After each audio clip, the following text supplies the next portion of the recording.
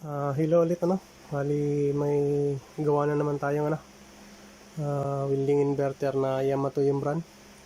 Model MMA 300. So yan yung itsura niya. So di ko pa alam yung problema nito. Basta dinala lang sa atin. Dinalang sa Hindi ko pa alam yung problema nito Basta dinala na lang to sa atin. So check tayo ng nung unahin natin yung diode nya. So yan, nakaset tayo ng diode mode.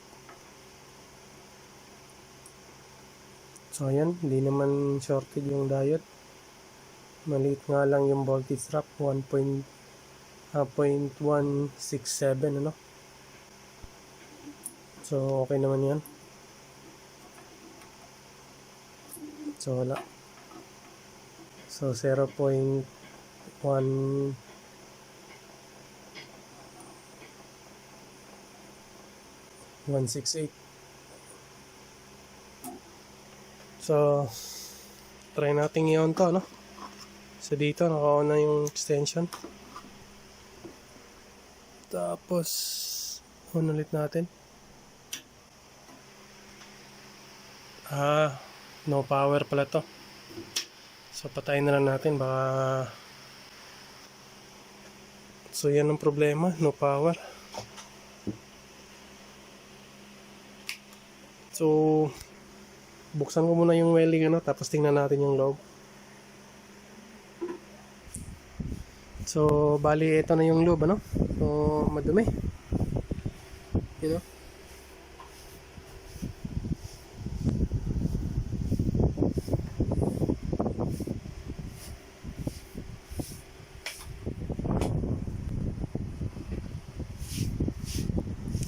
Yun ang problema. Yun pumutok pala yung regulator nito. So yan. So kita na natin yung problema So linisin ko muna to, tapos balik lang natin dito sa workbench kasi marumi.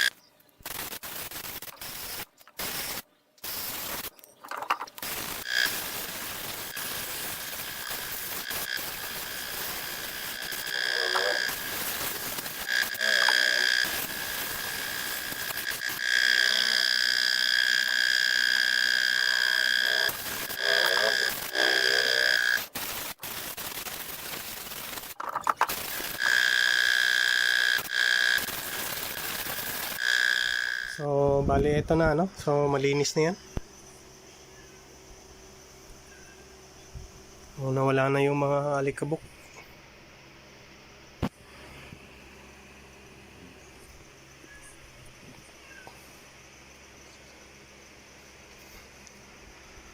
So ang pinagkaiba ko lang sa sa maraming technician na kasi ako nag-i-invest talaga ako sa gamit, sa panlinis, sa micro soldering, sa soldering iron, na medyo hindi na tayo mahihirapan sa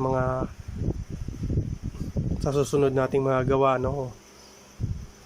sa future repair natin. Tsaka yung pag nakita naman ni customer yung ginagawa natin tsaka sa gamit natin, hindi rin siya magagandahan din siya sa natin gawa, kasi nga may mga gamit tayo hindi man tayo kompleto ng gamit, so at least meron.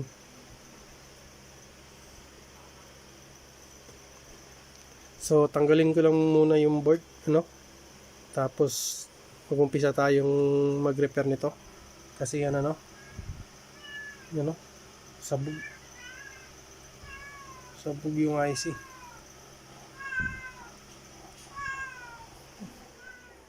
So, bali, andito na yung board ni Yamato 300, ano? So, nakikita nyo naman dito, yan o. Yan. Yan yung mga parts na sumabog, ano. So, sa ganitong klase, kung wala kayong diagram, talagang mahihirapan kayo, ano. So, ito, napapalitan nyo naman yan. Tapos, ang hindi nga lang, ito kasi yung pyesa na to, wala, oh. Sabog lahat yung pyesa, so natanggal yung ano, yung buong pyesa nito, yung buong resistor. Tsaka ito yan, sabog din yung resistor. Tsaka ito, sabog din. Tsaka yung diode, putol yung isang paa. Yan o. So, putol yung isang paa.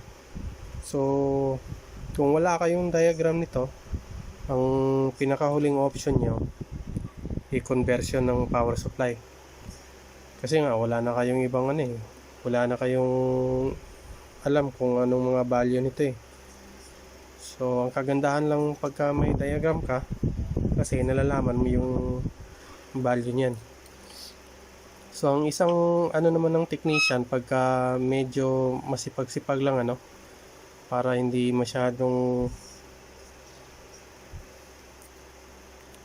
siya masyadong mahirapan sa mga ganitong power supply ng welding machine ano.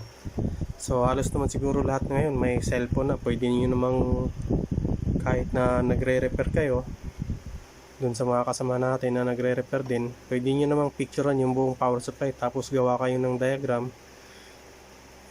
lagyan nyo ng value para may tanda kayo kung sakaling may encounter kayong ganito na sira yung mga parts ano. Tsaka sa atin, i-check din natin dito lahat yung, kahit na yung hindi sumabog, i-check natin lahat yan kung may open ba na resistor ano, o di kaya may nag-change value na resistor. So ang kadalasan kasi nung iba, tulad nung sinabi ko, kino-convert na lang. So hindi ako fan sa nagko-conversion ng mga power supply ano. Pasensya na dun sa mga kasama natin. So ang preferred ko lang na ano, mga kahit na ganito, balik original lang talaga. So ayan, atinding ano yun to, titingnan kung bakit sumabog yung mga pyesa nito, anong dahilan ano.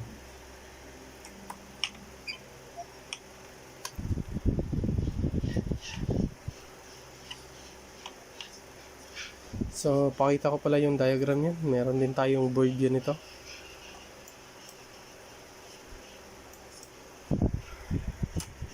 So yan yung board view na. Yan yung board view. So sa atin hindi tayo nahihirapan na ibabalik natin sa original yung mga parts. Yan.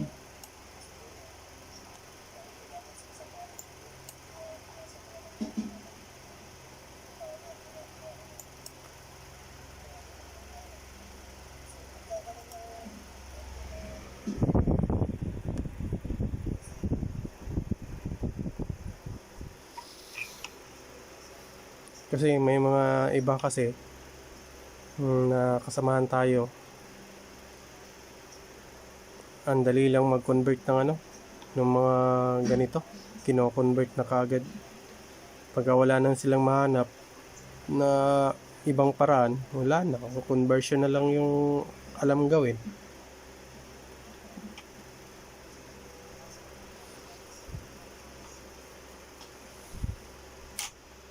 So tatanggalin ko pala isa-isa to no.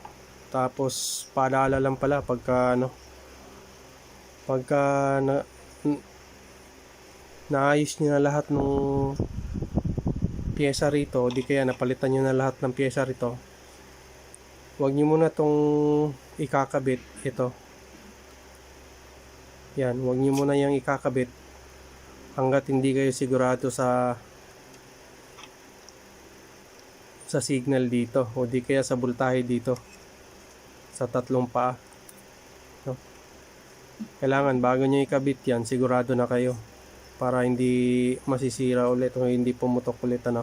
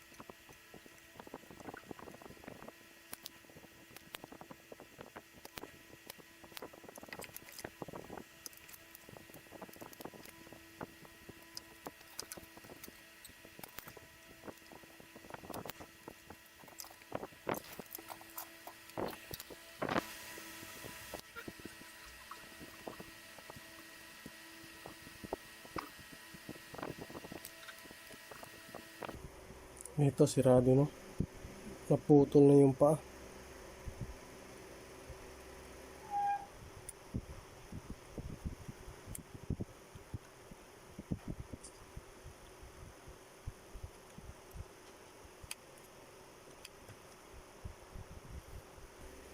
So ayan, ano, nakatanggal na yung mga paa. So itetest lang natin to kung buo pa ba o nag-iiba na yung value o naging open ba, no. So ito, yan yung isa, kailangan nating mapalitan to. Tsaka yung sinner na yan, kailangan din nating ma-check yan kung buo pa ba yan o hindi.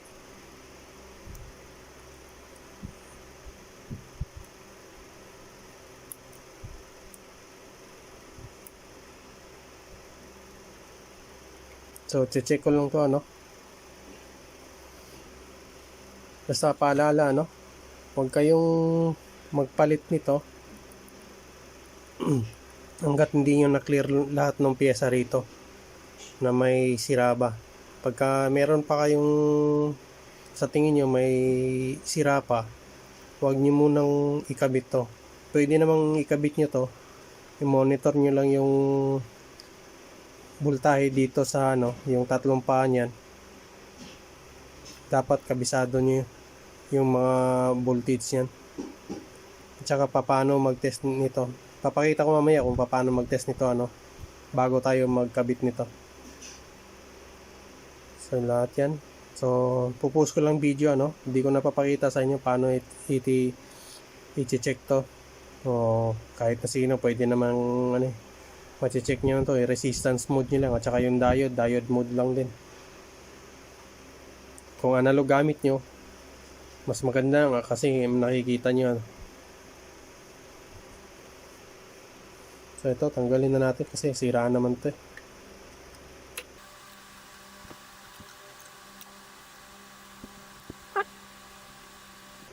Wala na yung paa, wala na yung isang paa. Yan yung value nito, nakikita nyo naman siguro.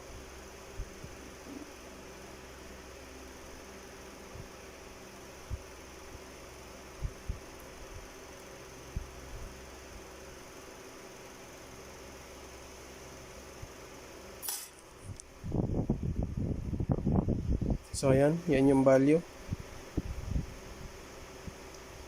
So yung ano natin, pinalitan natin yung power supply IC, ano, o yung tinatawag din na PWM power IC. Kasi PWM naman nilalabas niyan papunta rito eh.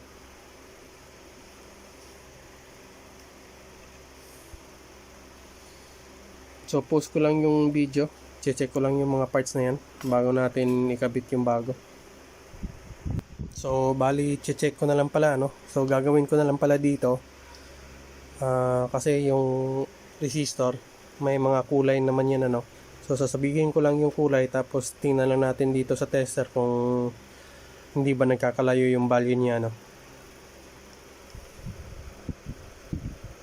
So eto, blue, gray, orange. So 68K. Yan, 66.6.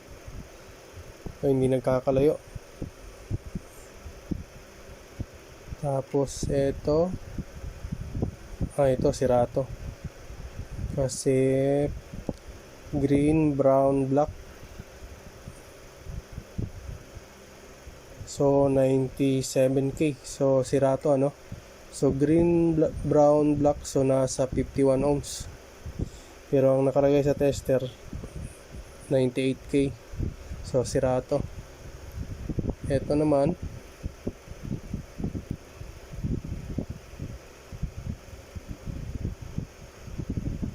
green, brown, red, so 5.1K. So tingnan natin. So 5K. Hindi naman nagkakalayo. Okay lang yan. Ito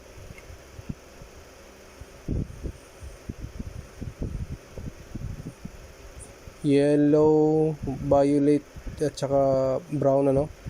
Yellow, violet at saka brown, so 470 ohms. So yan 0.61, 0.62. Okay. So pagka point, so ibig sabihin po tama lang yan. 460. So etong isa brown, black, red, so 1K. So ayan, may nakita tong 0.980. So okay lang yan, 1K. So A2 yung bali nito, white,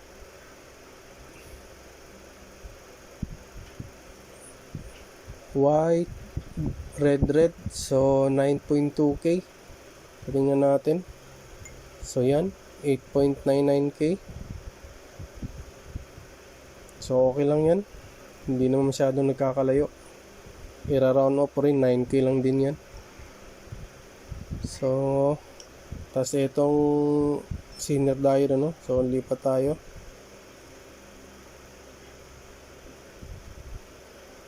Patay, sira,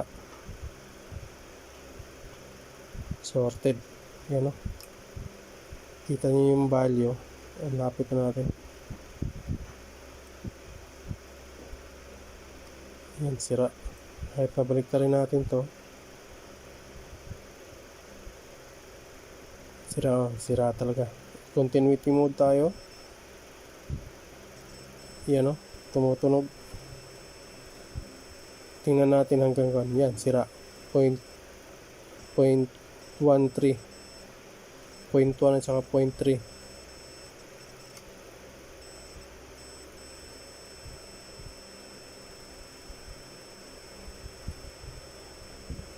Yan o, 0.0 talaga. So yung sira.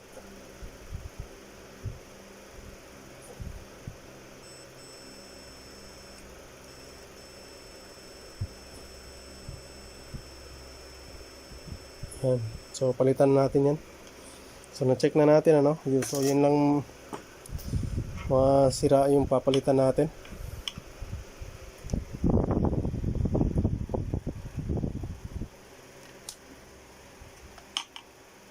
So kita natin ito sira. So tanggalin na rin natin to para ma-check natin kung sira ba, pero sigurado sira to eh.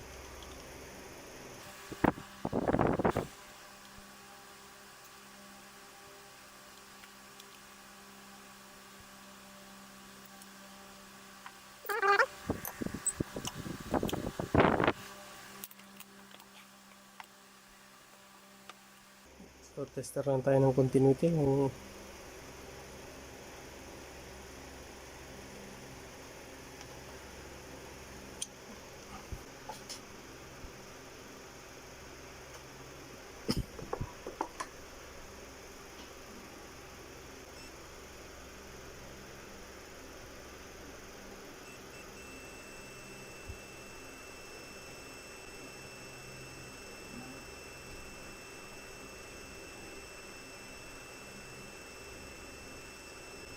Sira na yan, 1.2.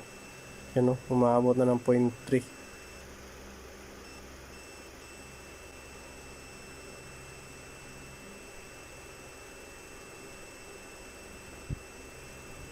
Yan, sira.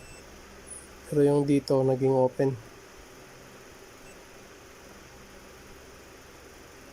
So, yung gate drain niya, open.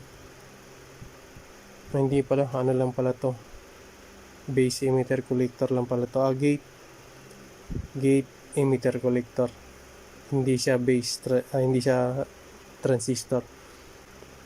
So, gate emitter collector ang gamit nito. So, ito yung gate collector emitter. So, yung gate collector niya, so open. Yung collector emitter naman shorted. So, sira.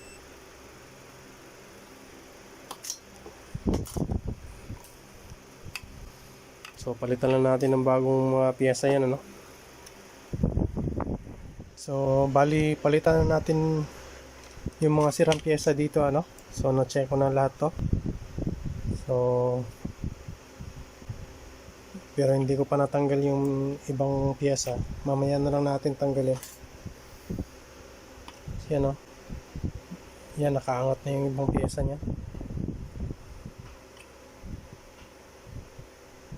So, pagka yung iba gumawa nito na wala namang mapagkunan ng mga piyesa, no, so ang option nila ay co-convert na lang. Pero sa atin, kahit na wala akong mapagkunan, pipilitin kong makahanap ng mga ganyan para hindi lang mag-convert. Kasi ginagawa kasi ng iba, nagko-convert ng ano, ng mga power supply. So, hindi ako ano doon. So, tingin tayo dun sa diagram, ano? So, yan. Yan yun.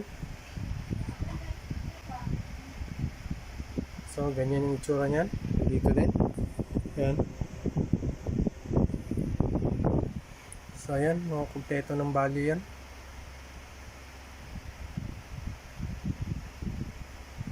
So, isa-isahan lang natin yan,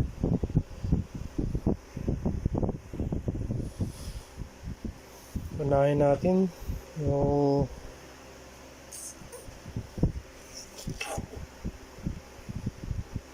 natin yung di 2.2 ohms.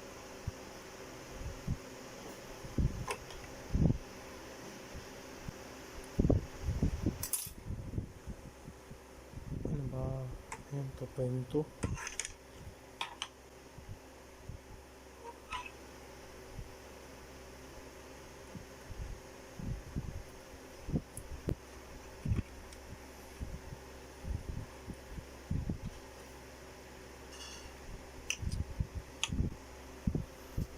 Tapos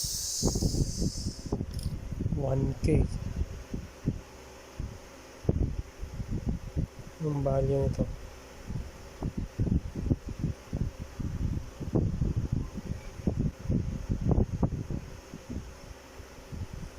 Testerin na lang natin para ano.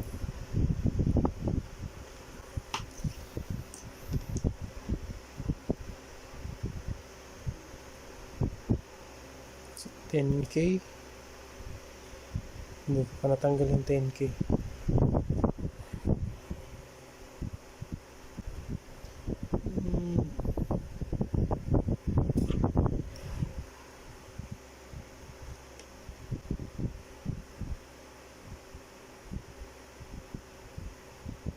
Ito 1K.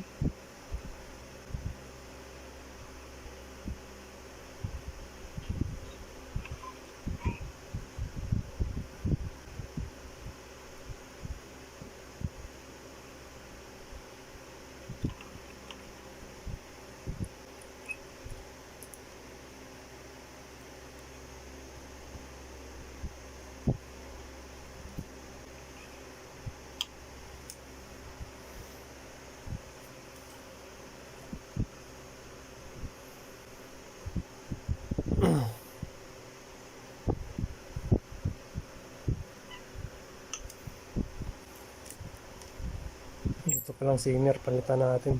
Sisira ata ito.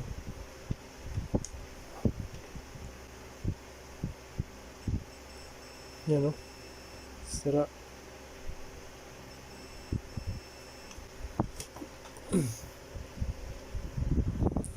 So reminders pala, no, pagka may nakita kayong mga diode na nasira, tapos dito banda sa regulator, huwag kayong magpapalit ng ordinaryong mga diode. Kailangan yung ipalit fast recovery, kasi pagka ordinary lang nilagay nyo, mababaliwala lang yung repair nyo kasi masisira lang. So kailangan ipapalit nyo dito. Katulad nito, nasira yung diode dito, so fast recovery ang ilalagay dito.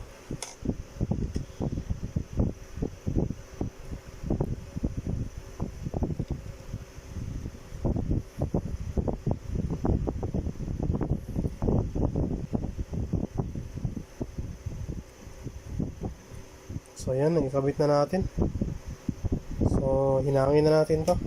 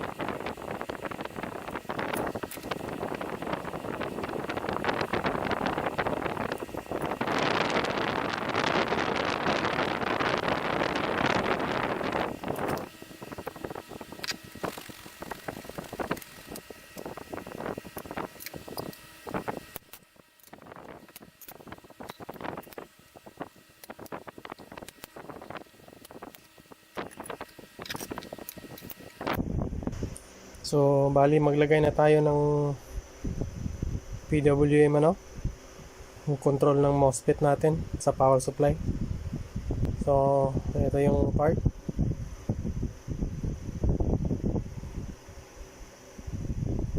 So yan.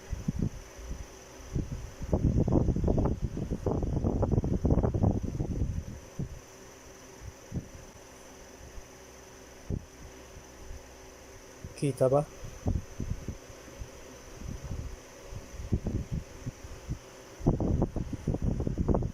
Yan. Papalit natin, no?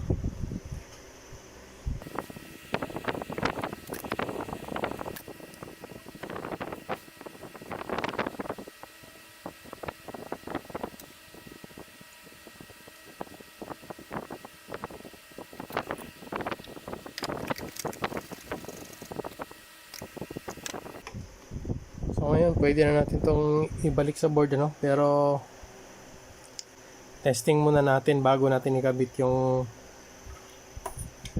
power MOSFET natin. So ngayon, ituturo ko sa inyo kung paano mag-test dito, kung may may masuka tayong PWM dito, hindi gamit yung oscilloscope, analog tester lang gagamitin natin. So kakabit muna to sa board para matesting natin. So bali ngayon magte-test na tayo. So ang una pa lang natin, kailangan may dalawa kayong tester. Isang analog at saka isang digital para malaman niyo yung voltahe, Mas maganda sana kung oscilloscope, kaso nga lang hindi na natin yung oscilloscope muna. Kasi hindi ko rin pwedeng gamitin yun kasi ang gagamitin nating power supply, main power supply na, so yung welding na. So mataas na yun. Kahit na yung ground dito at saka yung ground ng laptop ko, baka magkatalo, masira pa yung computer ko. So ang una yung gagawin, punta tayo doon sa analog na tester. Set nyo ng 10 volts AC. Yan, naka 10 volts yan.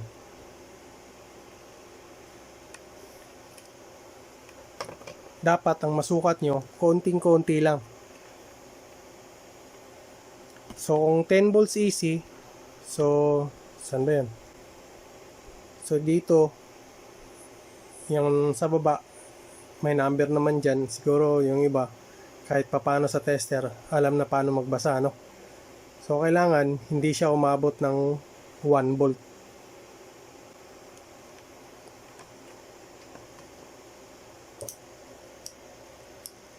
So testerin natin to. Yan. Yung lalagay nyo pala, ang tester ilalagay nyo sa gate emitter. Diyan nyo ilalagay. Gate emitter dito. Yung parang ganyan.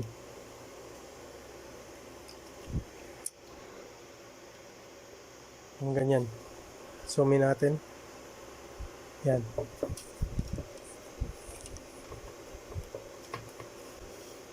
Yan o. Yan. Ganyan yun. Ganyan ang pag-tester. So, hayaan nyo na yung drain at saka drain o collector ang tawag. Iba tawagin nyo dyan. Base emitter collector o gate emitter collector o gate drain source ba. No? So, basta ganyan yung pag-tester. So,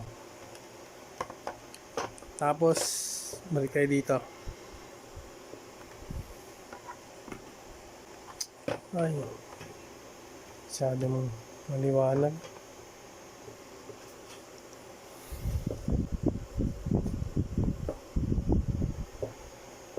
Paano ba to?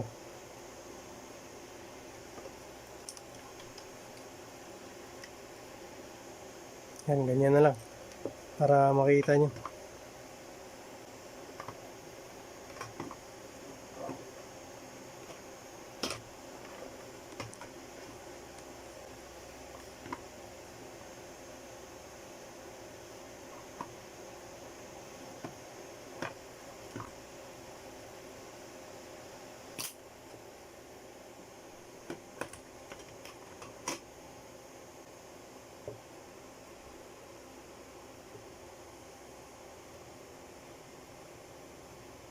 Okay, ganyan ano. So tingnan nyo yung tester hanggang saan papalo ano. So nakaset tayo AC 10 volts.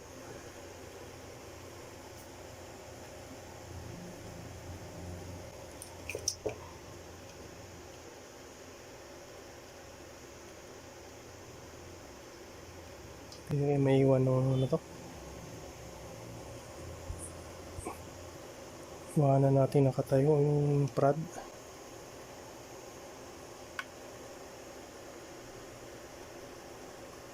Ayaw eh. So ganyan na lang. Hawakan ko na lang ano. So on natin yung extension. Liwanag pa rin. So ganyan na lang, ganyan.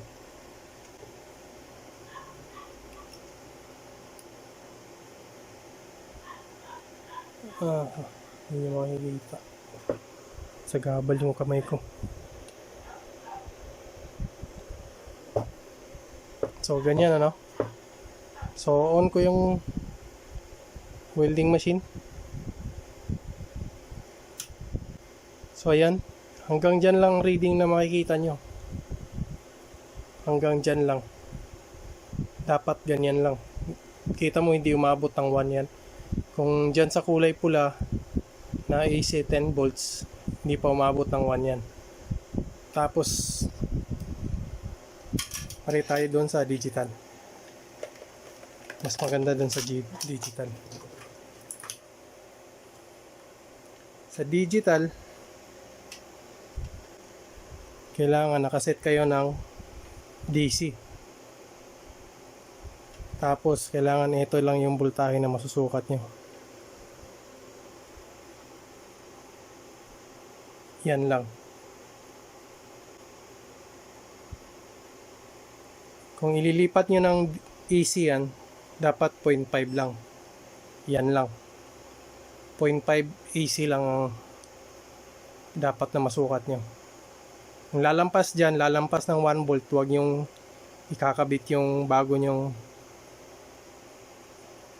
power supply MOSFET. Patayin ko muna, no? Dapat ganyan lang. Pag sa DC, naka millivolt dapat ang reading. Yan. Pag sa AC, 0.5 lang dapat. So, baka sabihin nyo, nagbibiro ako, hindi ko, so, subukan nating, antayin muna nating mawala yung, mawala yung supply. Mataas pa kasi supply niyan. Yan, 200 pa. 216.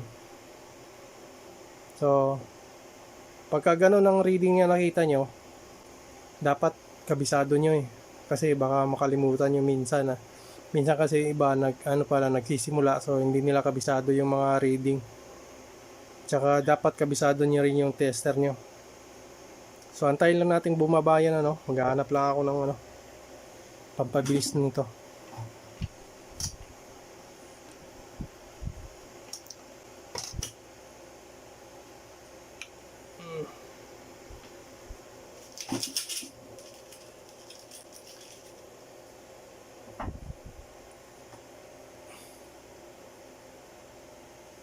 Bigay lang tayo ng resistor dito para mas mabilis bumaba.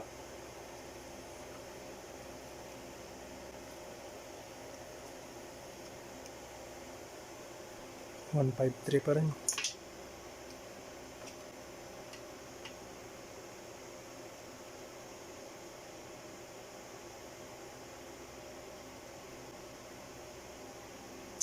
Tagal.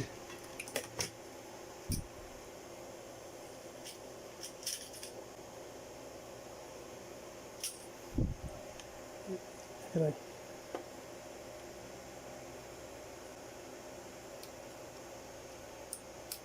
Yan, ito kaya.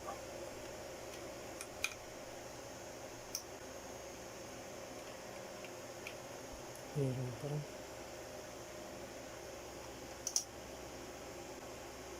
May 110 pa rin. Isa na natin.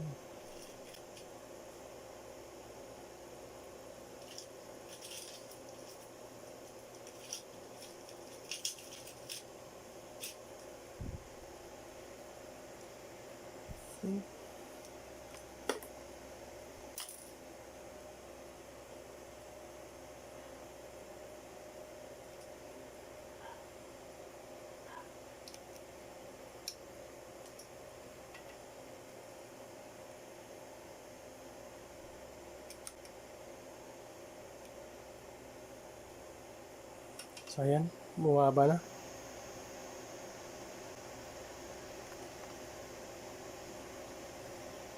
So 9. So pagka ganyan huwag niyo munang ikakabit na 40. Huwag niyo muna kayong magkabit ng MOSFET pagka ganito yung voltahe pa na naiiwan. Kailangan wala. Drill ko na lang kaya. Mas mabilis.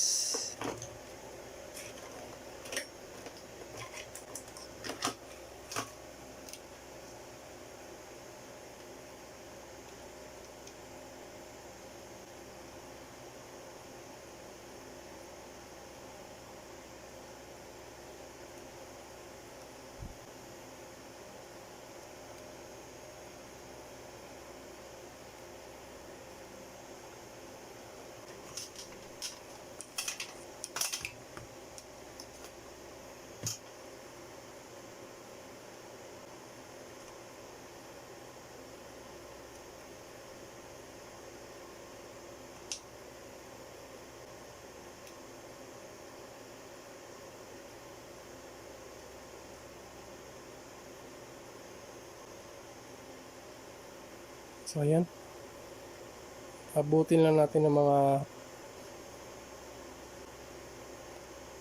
Yan, pwede na yan.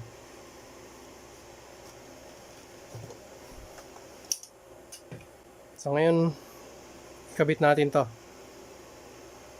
So, hindi na natin tatanggalin, temporary lang. Gaganito lang natin. Dito lang tayo maghihinang. Sa ako na hihinangin yan pagkano.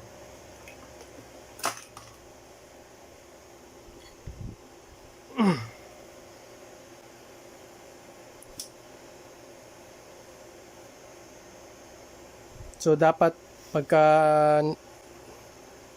nagkabit kayo niyan, kailangan tanggal nyo yung IGBT panigurado para hindi masira. So ito, nakatanggal yung IGBT niyan.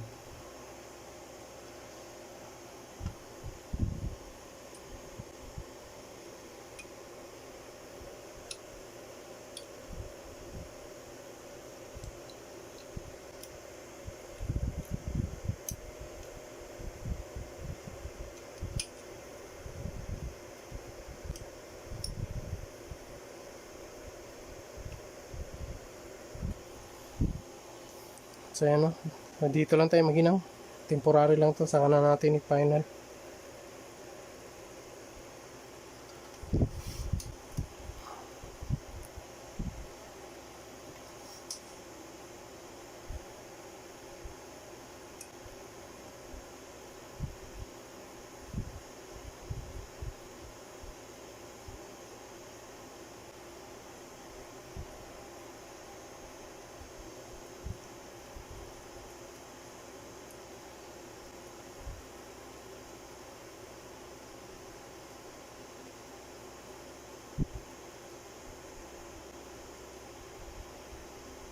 So ayan, hinang na yan.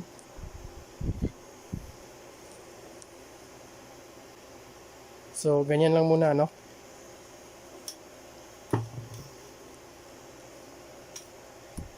Nakatak pa tuloy yung kable.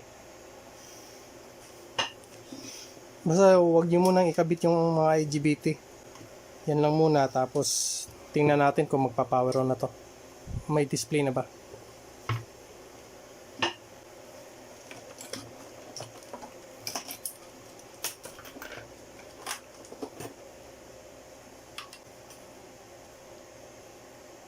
So saksak natin ulit. On natin yung extension. Yan. Tapos dito.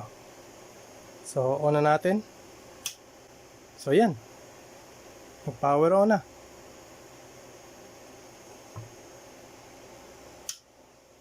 So ganyan lang, hindi ko pala naikabit yung fan ito. Saan ba yung fan?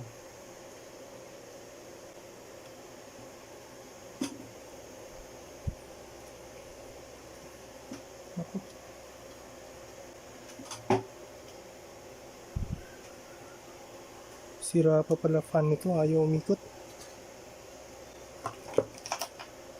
Teka lang dyan.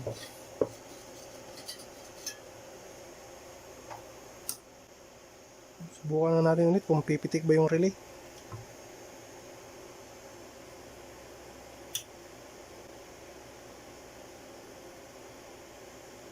Wala rin, ayaw rin pumitik yung relay, pero at least nag-power on na yan.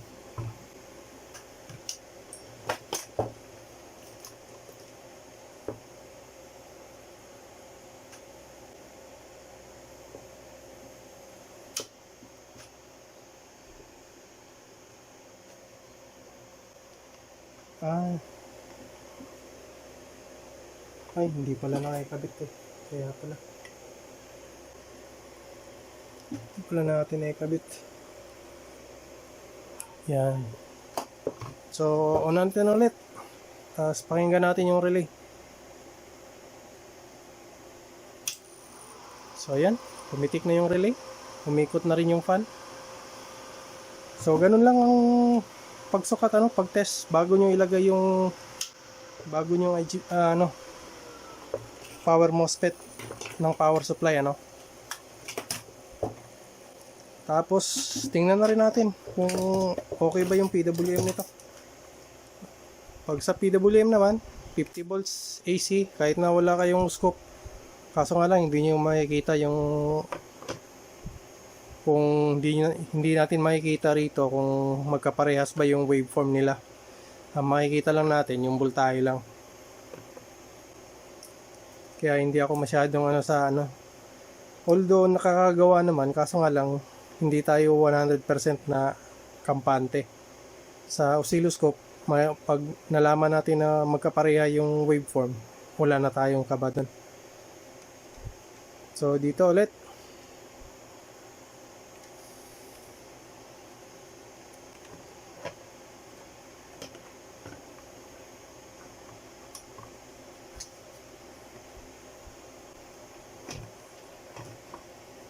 so yan lang, nakaset tayo ng 50 volts AC. So dapat may masuka tayo dito hanggang dito o hanggang dyan. Hanggang dyan lang dapat, hindi lalampas ng 30 volts.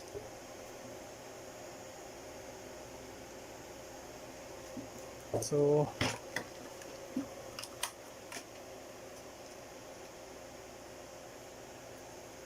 yan, ganyan lang din ang pagtester, nandun kayo sa gate emitter.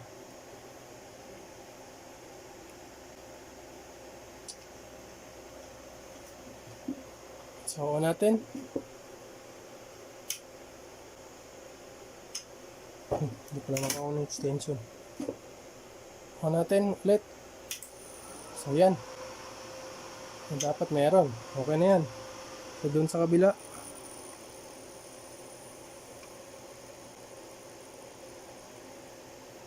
dapat ganun din. Yan. So okay na, kakabit na lang natin yung IGBT. So ganun lang. So kakabit natin yung IGBT nito. Papahinga lang ako saglit. So bali na ikabit ko na yung mga IGBT, nakikabit na rin natin yung maayos sa chassis yung board. So yan. So ngayon magte-test na tayo ng kung may output na ba tayong makukuha nito.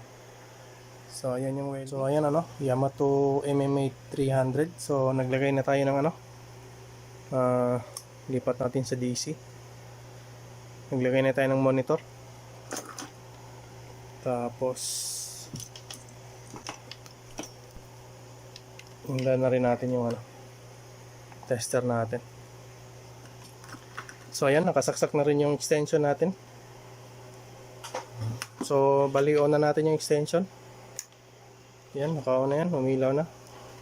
Tapos yung welding, so ay ito. So ayan, mandar na So tingnan natin kung may output ba.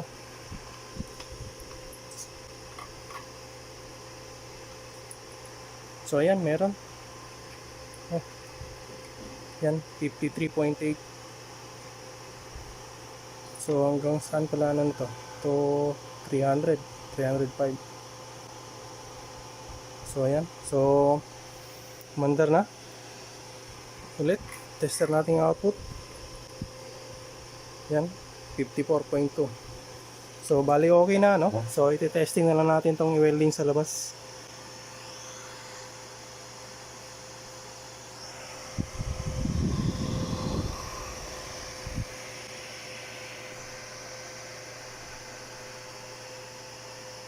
So try na natin itong i-testing i-welding, So ayan na yung welding natin. Nakasaksak na to, so on na lang natin. So ayan. Ayan yung settings. So lagay lang tayo siguro na yan, mga 100. So testing natin yung welding.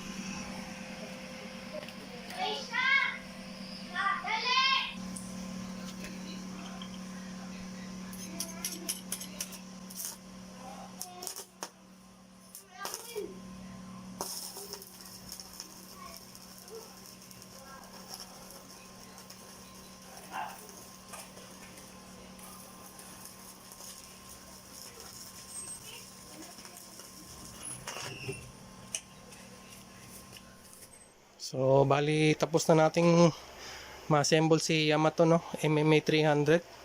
So, tapos na rin natin itong matesting sa labas. So, ngayon testing na lang natin to para bago natin ibigay kay customer, ano. So, nakasaksak na yun sa extension. So, on natin. Tapos, on na rin natin yung welding. So, ayan. Mandar na. Tapos, magsukat lang ulit tayo.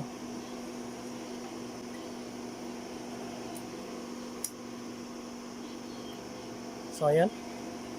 55. So, okay na, no? Hanggang 305 amperes.